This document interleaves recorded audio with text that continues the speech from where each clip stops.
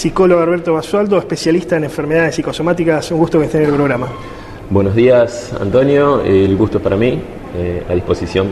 Bueno, la idea era analizar un poco, ¿no?, el momento que estamos viviendo, insertos en esta crisis económica a nivel nacional, de la cual Rosario no es la excepción, y cómo impacta, ¿no?, al respecto en el individuo ciertas situaciones, ¿no? Más precisamente el tema de estrés, ¿no?, tan actual hoy por hoy. Ustedes han hecho un estudio al respecto. Exactamente.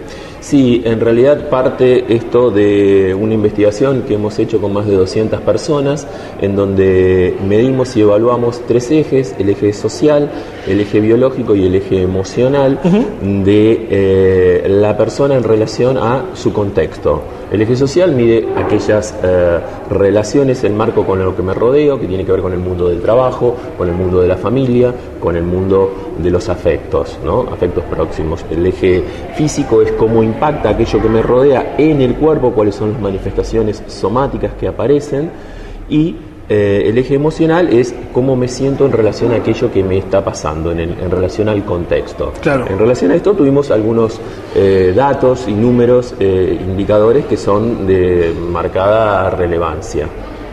¿Y qué podemos decir sobre lo que hoy está pasando específicamente en Rosario?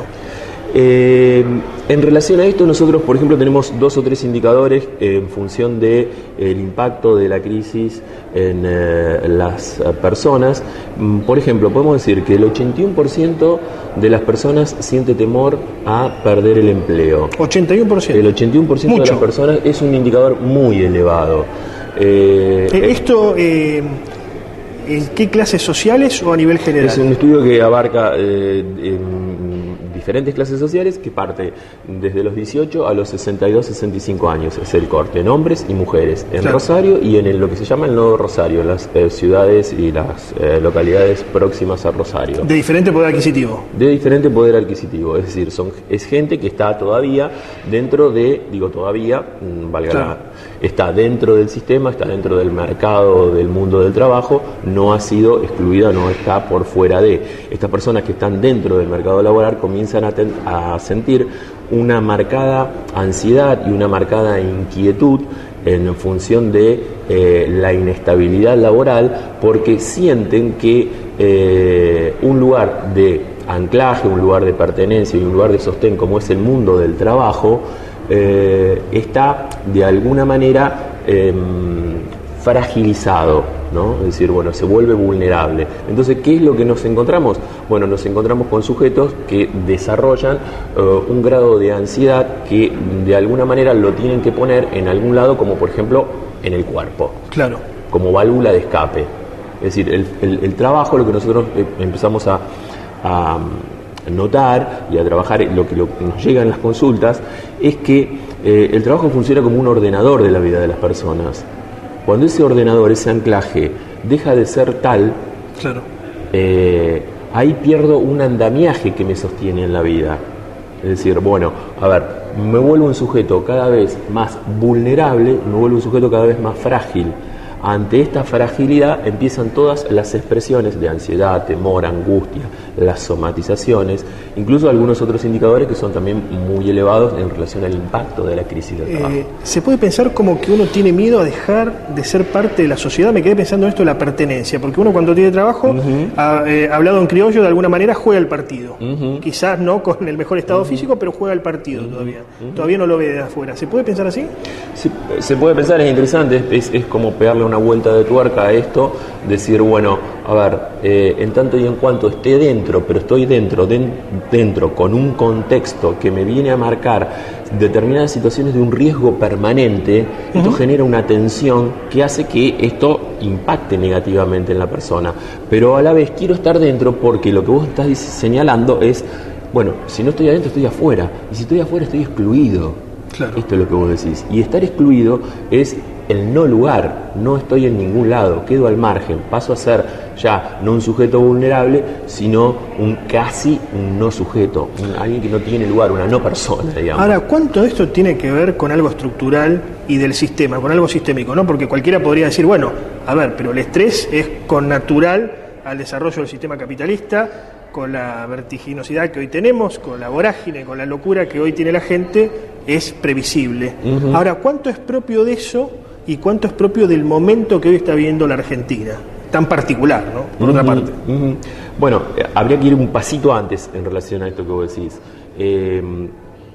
Cuando hablamos de estrés, el estrés es una respuesta, en primer lugar, saludable ante determinadas situaciones. Claro. Es decir, el estrés es una respuesta propia del individuo frente a determinadas situaciones.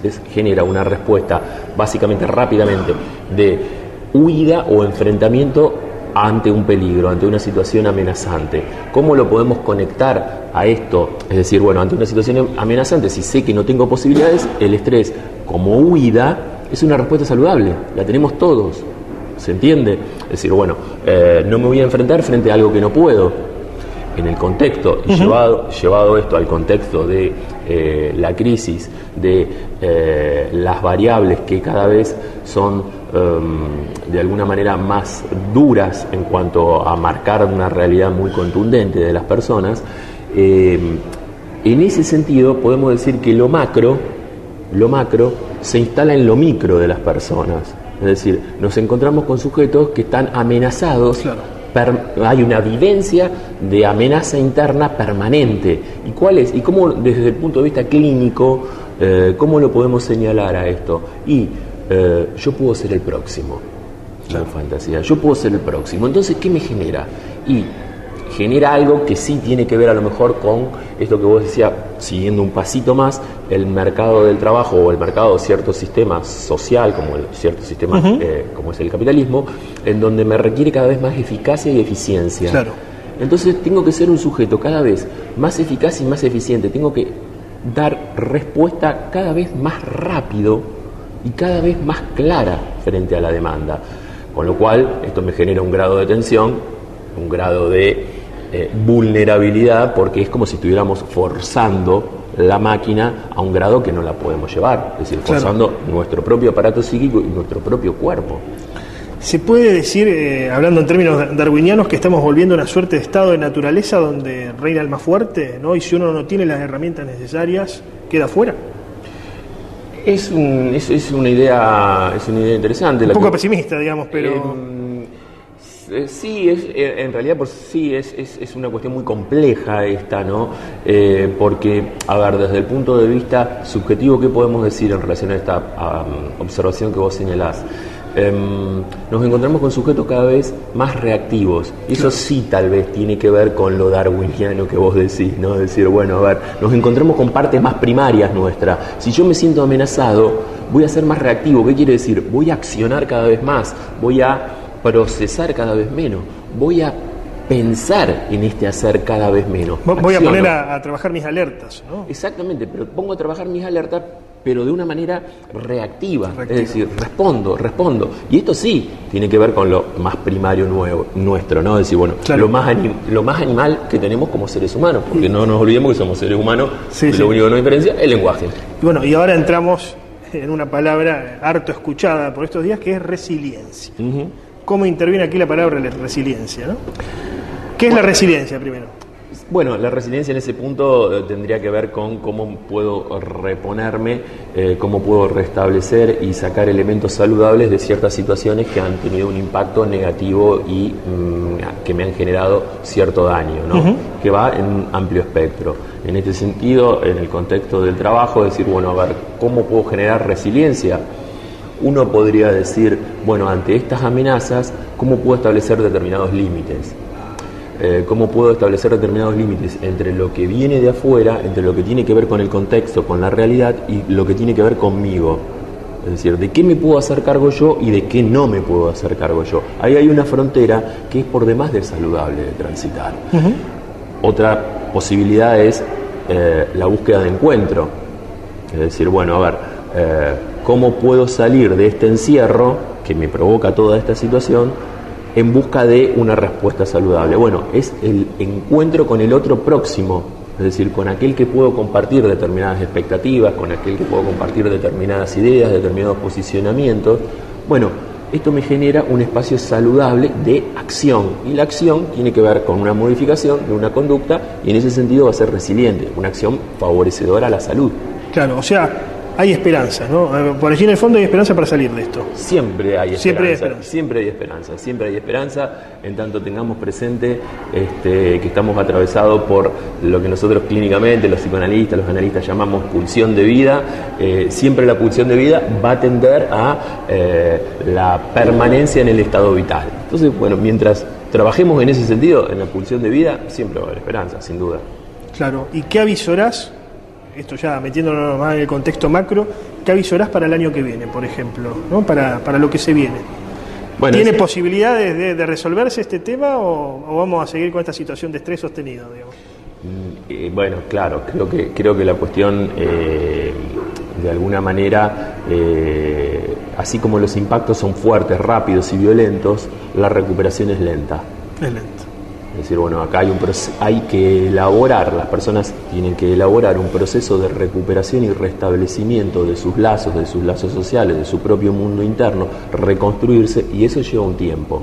En la medida en que los marcos de sostén estén un poquito más claros, la persona puede asirse de eso, puede agarrarse de eso como para tener una respuesta más saludable. Pero en primer término decir, bueno, no, esto no es de hoy para mañana. Nos podemos hundir de hoy para mañana, pero salir de hoy para mañana no, va a llevar un tiempo. Casi igual que la economía. Muchas gracias, Alberto. No, muchas gracias a vos, gracias por la invitación, muy amable.